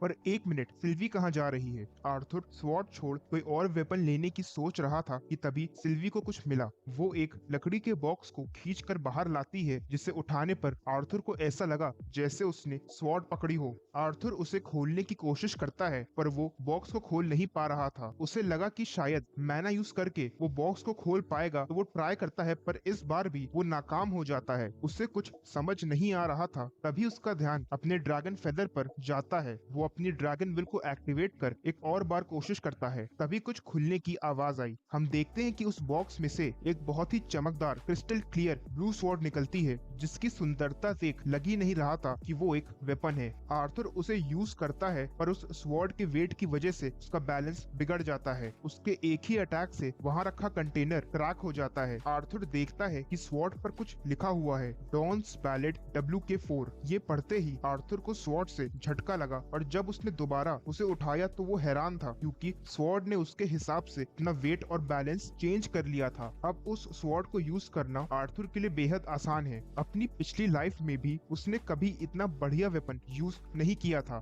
जो उसके हिसाब से खुद को एडजस्ट कर सकता था। बहुत ही रेयर केसेस में ऐसे वेपन्स बनते हैं जिनमें अपने मास्टर से कनेक्ट करने की एबिलिटी होती है। आर्थर ने पहली बार ऐसा वेपन देखा था और वो यही सोच रहा था कि आखिर WK4 है कौन। तभी रेनॉल्ड्स उसे लेने आ जाता है। आर्थर उन्हें ये स्वॉर्ड नहीं दिखाना चाहता था, तो उन्हें धोखा देने के लिए एक सिंपल सी स्वॉर्ड उठा लेता है। रेनॉल्ड्स की नजर आर्थर की स्टिक पर पड़ती है जिसे वो एक प्रैक्टिस टूल बताता है। विंसेंट के पूछने पर उसका मैनेजर बताता है कि इस स्टिक को एक पागल बूढ़े आदमी ने उनके मर्चेंट को दिया था और देते समय वो यही बड़बड़ा रहा था कि कोई भी इसे यूज करने के काबिल नहीं है, पर आर्थर के प्यार से मांगने पर वो उसे स्टिक दे देता है। आगे हम देखते हैं कि आर्थर का बर्थडे आ गया है और वो 9 साल का हो चुका है। आर्थर को कई स्पेशल गिफ्ट्स भी मिले हैं। उसके पेरेंट्स ने उसे हीलिंग ग्लव्स दिए हैं जिसमें 3 जेम्स हैं जो उसे 3 बार हील कर सकते हैं। विंसेंट आर्थर को 2 रिंग्स देता है, एक रिंग आर्थर के लिए है और एक उसकी मॉम के लिए। इस रिंग को पहनने के बाद जब भी आर्थर का मैना डेंजर लेवल तक ड्रॉप करेगा तो इसकी खबर उसकी मॉम को हो जाएगी। पर ये रिंग आर्थर के लिए 2 धारी तलवार का काम कर रही थी। जहां एक तरफ वो उसके पेरेंट्स को उसकी टेंशन से आजाद कर सकती है तो वहीं दूसरी तरफ उन्हें हमेशा उसके लिए चिंतित भी कर सकती है। सेलिब्रेशंस ओवर हुई और आर्थर सोच रहा है कि अब उसके पास एक फैमिली और ऐसे लोग हैं जो उसे बहुत प्यार करते हैं। वो उन्हें प्रोटेक्ट करना चाहता है जिसके लिए उसे पावरफुल बनना होगा। अगले दिन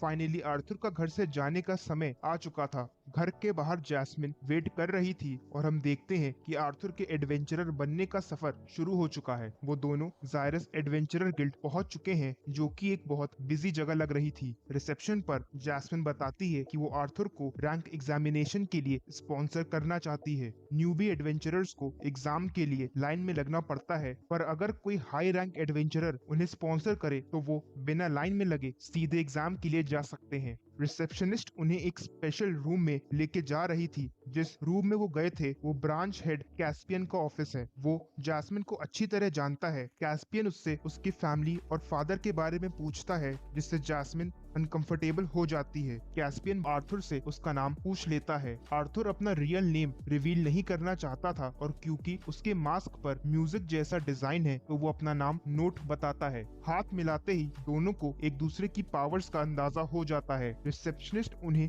एग्जामिनेशन हॉल का रास्ता दिखाती है और हम एक मैग्निफिसेंट एग्जामिनेशन हॉल देखते हैं जहां एडवेंचरर्स का एग्जाम चल रहा है। एक एडवेंचरर अच्छा परफॉर्म नहीं करता तो उसे डी क्लास रैंक दी जाती है। एक दूसरी एडवेंचरर एग्जाम के लिए आते वक्त सीढ़ियों से गिर जाती है। ये देख एक एरोगेंट लड़का कहता है इसका बैलेंस देखकर ही इसे ई क्लास रैंक दे देनी चाहिए। अगले एडवेंचरर एलिजा नाइट का नाम बुलाया जाता है पर सब हैरान हो जाते हैं क्योंकि उसे बिना एग्जाम दिए ही सीधे बी क्लास एडवेंचरर घोषित कर दिया जाता है। इसके बाद उसी एरोगेंट लड़के की बारी है। उसका नाम लूकस है। वो कहता है कि उसे भी एग्जाम स्किप कर सीधे ए रैंक दे देनी चाहिए। लूकस 11 साल का लाइट ऑरेंज स्टेज कॉन्जुरर है जो फायर एलिमेंट का महारथी है। उसके स्टैट्स आर्थर को भी काफी इम्प्रेसिव लगे पर उसका बिहेवियर देख एग्जामिनर को गुस्सा आ रहा था। लूकस का एग्जाम शुरू होता है और वो अपनी पावर से एक प्रोटेक्टर बना लेता है जिससे वो एग्जामिनर पर अटैक करता है, पर आखिर में एग्जामिनर ने उसे बहुत आसानी से हरा दिया। एग्जाम ओवर होने के बाद भी उसने एग्जामिनर पर पीछे से अटैक किया। तभी दूसरे एग्जामिनर ने इंटरफेयर कर उसका अटैक रोक दिया। लूकस अपने एग्जामिनर से बहस करने लगा क्योंकि उसे बी रैंक दी गई थी। वो गुस्से से पागल हो रहा था और उन्हें अपने पापा का रौब दिखाने लगता है।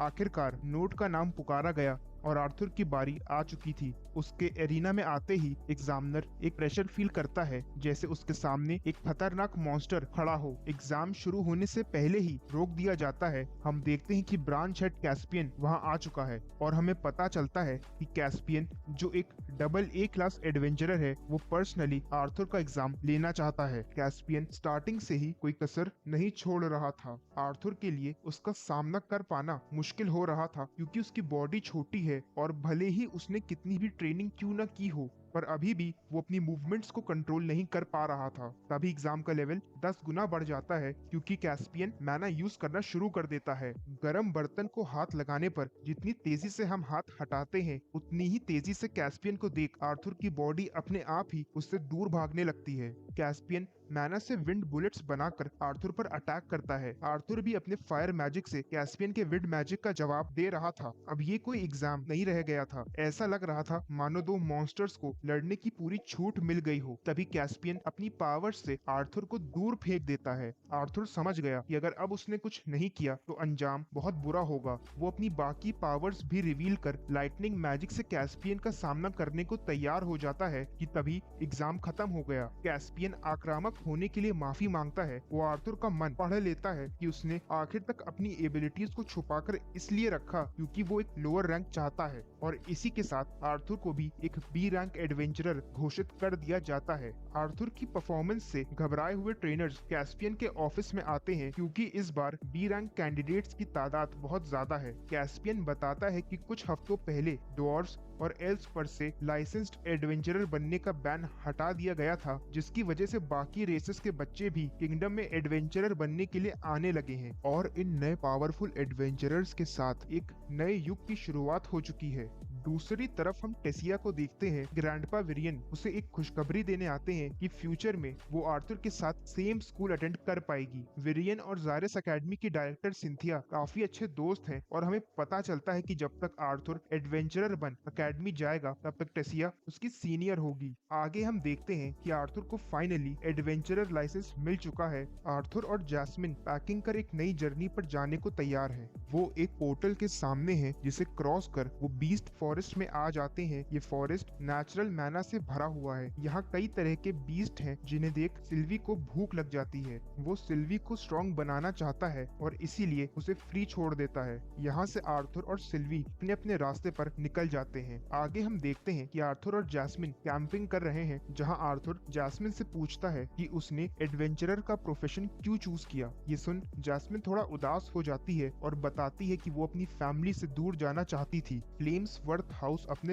फायर मैजिशियंस के लिए फेमस है। उसकी फैमिली में कई फायर मैजिशियंस जन्मे हैं, इसीलिए उसकी फैमिली की बहुत इज्जत है। जब जैस्मिन का जन्म हुआ तो उससे भी फायर मैजिशियन बनने की एक्सपेक्टेशंस थी, पर क्योंकि उसके पास विंड मैजिक की पावर्स हैं तो उसकी फैमिली में उसे नकारा समझा जाने लगा। अगले दिन जैस्मिन आर्थर से कॉम्बैट प्रैक्टिस करने को कहती है क्योंकि उसे ऐसा फील हो रहा था जैसे आर्थर अपने अटैक्स को सोच तो लेता है पर उन्हें एग्जीक्यूट करने में उसकी बॉडी उसका साथ नहीं देती। जैस्मिन उसे बिना मैना यूज किए केवल फिजिकल अटैक्स करने को कहती है। हैरानी की बात यह है कि वो आर्थर से उसकी दूसरी स्वॉर्ड यूज करने को कहती है। फाइट शुरू हुई और जिस बात का डर था वही हुआ। आर्थर फिजिकल फाइट में कमजोर हो गया था। वो जब से इस वर्ल्ड में आया है तब से उसने केवल मैजिक पावर्स पर फोकस किया है, जिसकी वजह से वो जैस्मिन से हार गया। आर्थर कहता है कि अपनी स्वॉर्ड को मास्टर करने के लिए उसे बस 2 साल का वक्त और चाहिए। 2 साल बाद एक कैफे में हम कुछ लोगों को बात करते देख रहे हैं। एक अफवाह आग की तरह चारों तरफ फैल चुकी है कि जैस्मिन फ्लेम्सवर्थ के साथ एक मास्क पहना हुआ तलवारबाज ट्रैवल कर रहा है। लोग उस तलवारबाज को जैस्मिन का डिसाइपल बता रहे हैं। उसे मैजिक यूज करना नहीं आता, पर अपने स्वॉर्ड स्किल्स से ही उसने अकेले एक पूरे डंजन को क्लियर कर दिया था। पर ये अफवाहें कुछ लोगों के लिए हकीकत है तो कुछ के लिए फसाना। तभी कैफे का दरवाजा खुलता है और हम 2 साल बाद आर्थर को देखते हैं। एक सीनियर एडवेंचरर दबंगई दिखाने आर्थर के पास जाता है, पर आर्थर उसे इग्नोर कर देता है। यह देख उसे गुस्सा आ गया और उसने आर्थर पर अटैक कर दिया, पर आर्थर उसके सारे अटैक्स को बड़े आराम से डॉज कर लेता है और एक ही अटैक से उस सीनियर की उंगलियां काट देता है। आर्थर उससे पूछता है कि क्या उसकी कोई और सेवा की जाए, जिस पर सबके मन में डर बैठ जाता है। बाहर आने पर वो जैस्मिन से कहता है कि सब ठीक है और वो दोनों अपनी जर्नी कंटिन्यू करते हैं। आर्थर काफी टाइम से घर नहीं जा पाया है और इसी बीच लिलिया की अवेकनिंग हो चुकी है और वो जल्द ही जायरस एकेडमी ज्वाइन कर लेगी, जहां वो आर्थर की सीनियर होगी। आर्थर लाइट ऑरेंज स्टेज को क्रॉस कर चुका है और ये उसकी लास्ट डंजन ट्रिप होगी। वो दोनों डंजन पहुंच चुके हैं जहां उन्हें कुछ जाने पहचाने चेहरे दिखते हैं।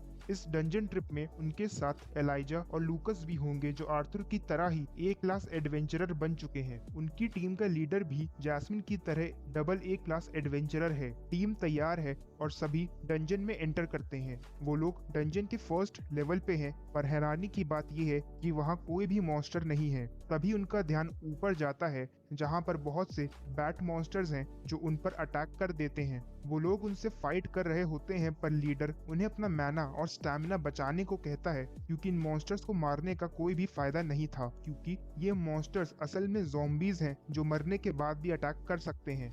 वो लोग आगे बढ़ते हैं और डंजन के सेकंड फ्लोर पर पहुंच जाते हैं। लीडर उन्हें वार्न करता है कि जैसे जैसे वो आगे बढ़ते जाएंगे वैसे वैसे डंजन और भी ज्यादा खतरनाक होता जाएगा। टीम डंजन एक्सप्लोर कर ही रही थी कि तभी एक मेंबर पर अटैक हुआ, जिससे आर्थर उसे बचा लेता है। सबको लगा कि ये कोई ट्रैप होगा, पर असल में ये एक मैना बीस्ट का अटैक था। और तभी जमीन में से एक मॉन्स्टर निकलता है, जिससे बचने के लिए टीम बैरियर बना लेती है। उन्हें लगा कि वो मॉन्स्टर उन पर अटैक करेगा, पर वो वापस जमीन के नीचे चला जाता है। यह देख उनमें से एक एडवेंचरर ओवर कॉन्फिडेंट हो जाता है और लड़की के सामने शो ऑफ करने के लिए आगे बढ़ने लगता है। तभी जमीन में कुछ हलचल हुई, वहाँ एक हीट एक्सप्लोजन होता है, जिसमें वो एडवेंचरर समा जाता है। एक्सप्लोजन खत्म होते ही सबके मुंह पर मातम और डर छा गया था, क्योंकि उनका एक साथी स्केलेटन में तब्दील हो चुका था। कि तभी वो जगह हिलने लगी। सभी लोग खुद को बचाने की कोशिश करते हैं, पर लूकस अपना बैलेंस खो देता है।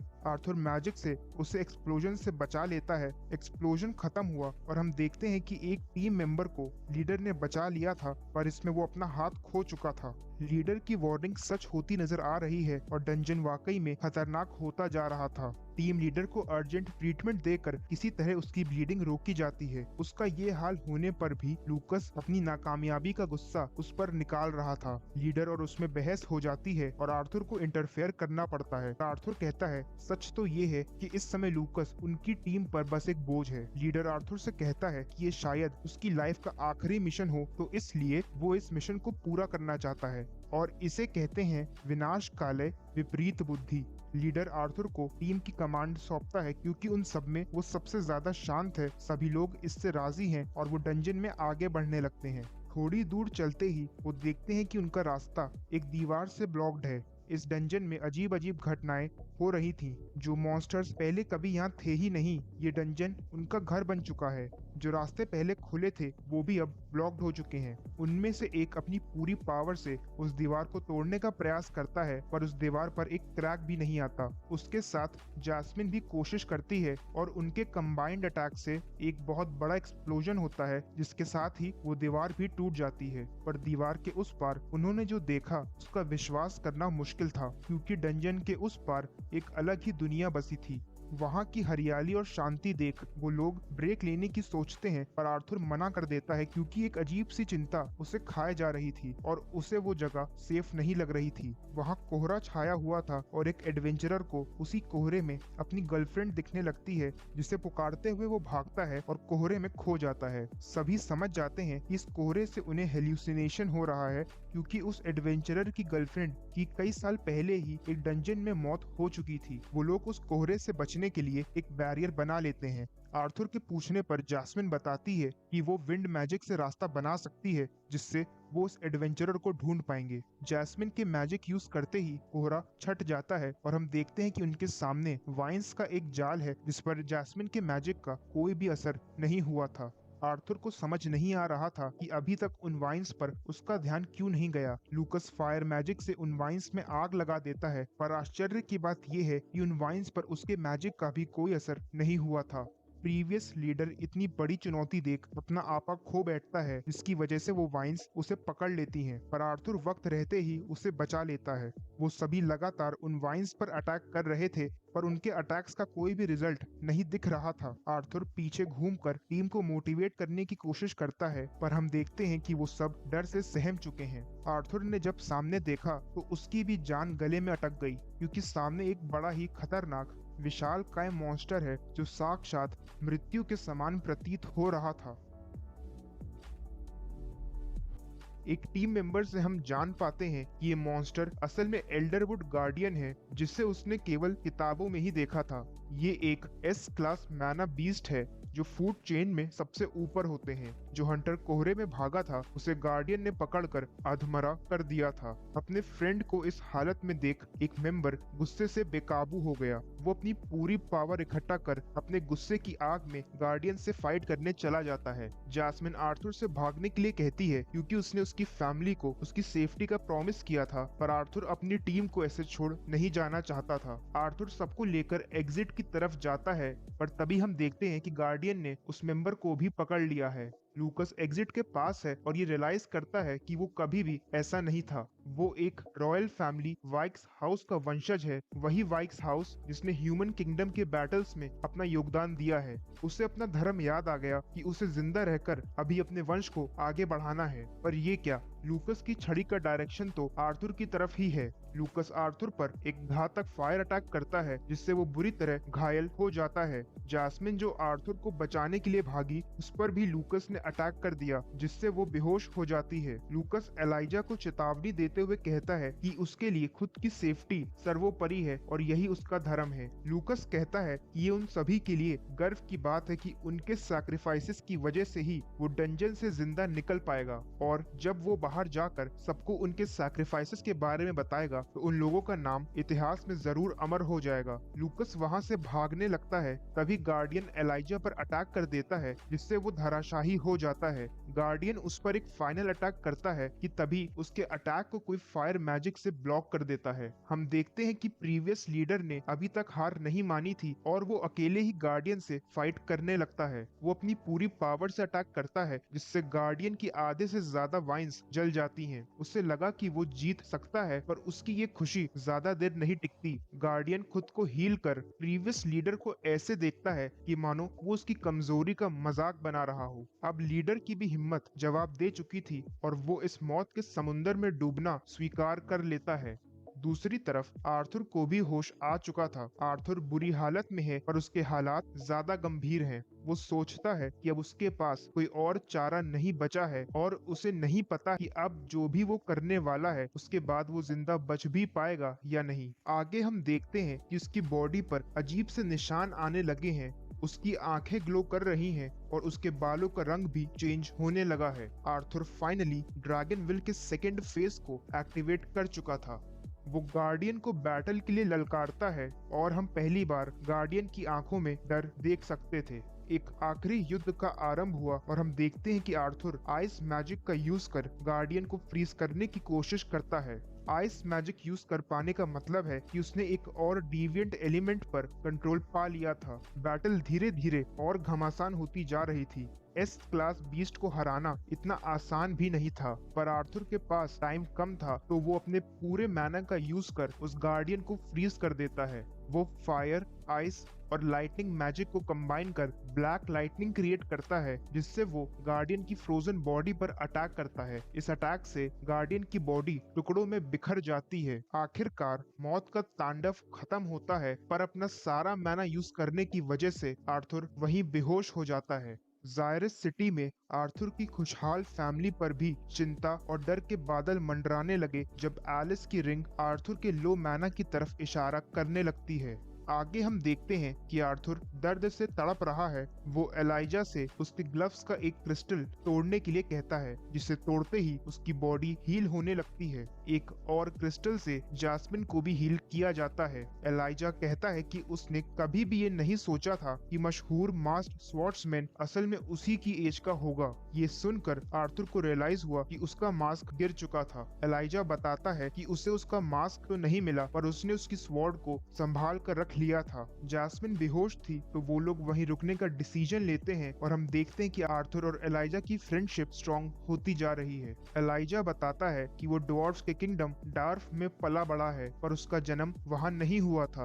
उससे अपने ओरिजिन और पेरेंट्स के बारे में कुछ भी याद नहीं है। डार्फ किंगडम के एल्डर राहडियास ने ही उसकी देखभाल की थी और जब वो डार्क ऑरेंज स्टेज में पहुंचा तब उन्होंने ही उसे डेकाथन किंगडम एक्सप्लोर करने के लिए कहा। आर्थर को ये सब काफी इंटरेस्टिंग लग रहा था और वो भी एलाइजा को अपनी पावर्स के बारे में बताता है कि वो 4 एलिमेंटल मैजिशियन है जो 2 डिविएंट फॉर्म्स को भी कंट्रोल कर सकता है। साथ ही में वो एक बीस्ट टेमर भी है। उसकी अचीवमेंट्स जानकर एलाइजा का सर चकराने लगता है, पर ये दोनों एक दूसरे से जेलस फील नहीं करते और यही इनकी दोस्ती को खास बनाता है। तभी जास्मिन को होश आ गया और वो आर्थर को ठीक देख उससे गले लगकर रोने लगती है और उसकी इंजरीज देख एलाइजा के साथ मिलकर उसकी मरहम पट्टी कर देती है। फाइनली वो लोग डंजन से निकलने के लिए तैयार हैं, पर जाने से पहले वो सर्वाइवर्स का पता लगाना चाहते थे। आर्थर भी एस क्लास बीस्ट की कोर को ढूंढना चाहता था, पर इस एरिया की हालत देखते हुए ये मुश्किल लग रहा था। एलाइजा अपने मैजिक से एरिया स्कैन करता है और उन्हें एक सर्वाइवर मिल जाता है और हम देखते हैं कि सर्वाइवर उनकी टीम की मेंबर समांथा है। वो समांथा को लेकर जाने लगते हैं, पर आर्थर अभी भी बीस्ट कोर के बारे में सोच रहा था क्योंकि एस क्लास बीस्ट की कोर बहुत रेयर होती है। तभी वहाँ कुछ हलचल हुई जिससे एलाइजा अलर्ट हो जाता है। आर्थर कहता है कि डरने की कोई जरूरत नहीं है, जिसके बाद वहाँ एक एक्सप्लोजन होता है और हम देखते हैं कि सिल्वी वापस आ चुकी है। सिल्वी बड़ी हो चुकी है और अब वो आर्थर से प्रॉपर कन्वर्सेशन करने में सक्षम है। वो आर्थर को पापा बुलाती है। इतने टाइम बाद अपने पापा को देख सिल्वी की खुशी का कोई ठिकाना ही नहीं था। यह जानकर कि आर्थर का बीस्ट असल में एक ड्रैगन है, एलाइजा के होश उड़ जाते हैं। आर्थर उसे ये सब सीक्रेट रखने के लिए कहता है क्योंकि बस वो और जैस्मिन ही सिल्वी के बारे में जानते थे। वो सब सिल्वी पर सवार होकर डंजन के एग्जिट की तरफ बढ़ते हैं। डंजन के एग्जिट के पास पहुंचते ही समांथा को होश आ जाता है और इसीलिए वो रेस्ट करने के लिए रुक जाते हैं। समांथा आर्थर की शुक्रगुजार है और वो डंजन से कुछ चीजें लाई थी जो वो आर्थर को देना चाहती थी। हम देखते हैं कि समांथा के पास आर्थर का मास्क और गार्डियन की बीस्ट कोर है। कोर देखकर आर्थर बहुत खुश होता है, पर बाकी सब कोर लेने से मना कर देते हैं क्योंकि आर्थर ने ही बीस्ट को मारा था और कोर पर उसी का अधिकार था। आगे एलाइजा और जैस्मिन रेस्क्यू फोर्स बुलाने गिल्ड चले जाते हैं और आर्थर वहीं रुक अपने पेरेंट्स को अपनी सेफ्टी की न्यूज बता देता है। आर्थर अभी भी इंजर्ड है तो वो बीस्ट कोर की हेल्प से खुद को हील करने लगता है। डंजन में हुए इवेंट्स को याद करने पर उसे बस लूकस का ही ध्यान आ रहा था। लूकस की वजह से ही प्रीवियस लीडर मारा गया और उनकी इस हालत का जिम्मेदार भी वही था। आर्थर डिसाइड करता है वो लूकस को उसके किए की सजा जरूर देगा और इसका अंत एक मामूली रिवेंज से नहीं होगा। गिल्ड में कैस्पियन को सारे इवेंट्स की जानकारी दी जा रही है। आर्थर भी वहां मौजूद है कि तभी दरवाजा खुलता है और नवाब साहब लूकस की एंट्री होती है।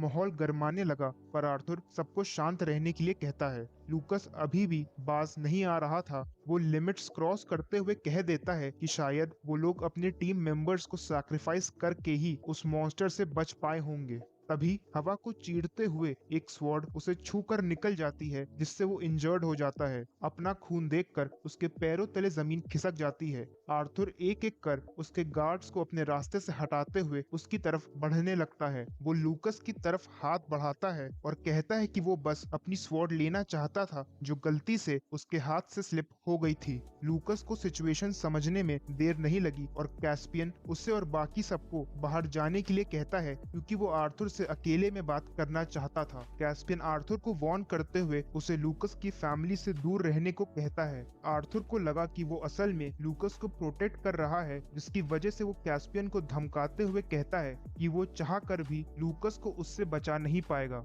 कैस्पियन क्लैरिफाई करता है कि वो ये सब आर्थर के बेनिफिट के लिए ही कर रहा है। अगर उसने लूकस को मार भी दिया तो उसकी फैमिली आर्थर से जुड़े सभी लोगों का जीना मुश्किल कर देगी। लूकस का बड़ा भाई बहुत पावरफुल है और जब तक आर्थर इतना स्ट्रॉन्ग और इन्फ्लुएंशियल नहीं बन जाता कि वो अपने लोगों को प्रोटेक्ट कर सके, तब तक उसे लूकस की फैमिली से दूर रहना चाहिए। अगले दिन कोर्ट की हियरिंग है जहां आर्थर और लूकस प्रेजेंट हैं। डंजन में हुए इवेंट्स रिपोर्ट किए जा चुके थे और आज इन दोनों का फैसला होना था। सबसे पहले जज ने लूकस का फैसला सुनाया। उसे ए रैंक एडवेंचरर की पोजीशन से हटा दिया गया और उसका लाइसेंस भी कॉन्फिस्केट कर लिया गया था। लूकस इस फैसले से खुश है क्योंकि सब कुछ उसके हिसाब से ही हो रहा था। अब आर्थर की बारी थी। जज अपना फैसला सुनाते हैं कि आर्थर और लूकस की दुश्मनी से वो परिचित हैं और इसीलिए उसे ज़ायरस सिटी से बैन किया जाता है तब तक जब तक लूकस ज़ायरस एकेडमी में अपनी पढ़ाई पूरी नहीं कर लेता।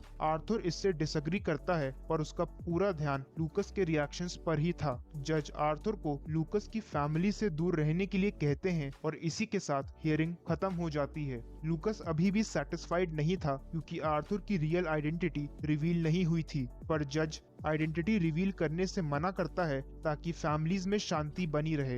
हियरिंग खत्म होते ही जज पर्सनली आर्थर को एक प्राइवेट रूम में ले जाता है। वहाँ उसने आर्थर से कहा कि वो आशा करता है इस नाटक से वो सेटिस्फाइड हो। मतलब ये पूरी कोर्ट की हियरिंग और डिसीजंस पहले से ही प्लान्ड थे। आर्थर ने ये सब जानबूझकर लूकस को सुपीरियर दिखाने के लिए किया था। साइरस सिटी से भी आर्थर नहीं बल्कि एडवेंचरर नोट को बैन किया गया है और नोट की रियल आइडेंटिटी के बारे में लूकस नहीं जानता।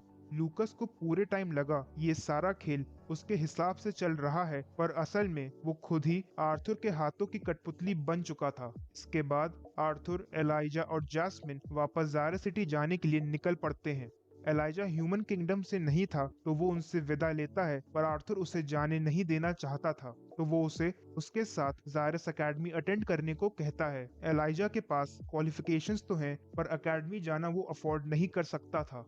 आर्थर अपनी दोस्ती निभाते हुए उसे सबकी चिंता करने से मना करता है और उसे उसके साथ जाने के लिए कन्विंस कर लेता है। वो जैस्मिन और एलाइजा को पहले जाने के लिए कहता है और एलाइजा इस फेवर के लिए आर्थर का शुक्रगुजार है। उनके जाने के बाद आर्थर किसी को बाहर आने के लिए कहता है और हम देखते हैं कि कैस्पियन उसके साथ अकेले बात करने के लिए वेट कर रहा था। कैस्पियन ने ही जज को मनाया था ताकि कोर्ट की प्रोसीडिंग्स आर्थर के फेवर में हो। वो उसे डंजन क्लियर करने का रिवॉर्ड देने आया था और उसे आगे सावधान रहने की वार्निंग देते हुए वहां से चला जाता है। सावधानी बरतने के लिए आर्थर को बस सिल्वी का ध्यान रखना था, क्योंकि लूकस सिल्वी को नोट के साथ देख चुका था। अपने पापा की टेंशन को समझते हुए सिल्वी ट्रांसफॉर्म हो जाती है, जिससे अब उसे कोई भी नहीं पहचान सकता था। घर वापस जाने से पहले आर्थर रिवॉर्ड में मिले पैसों से डायमेंशन रिंग खरीद लेता है, जो कि एक storage You open my eyes and I'm ready.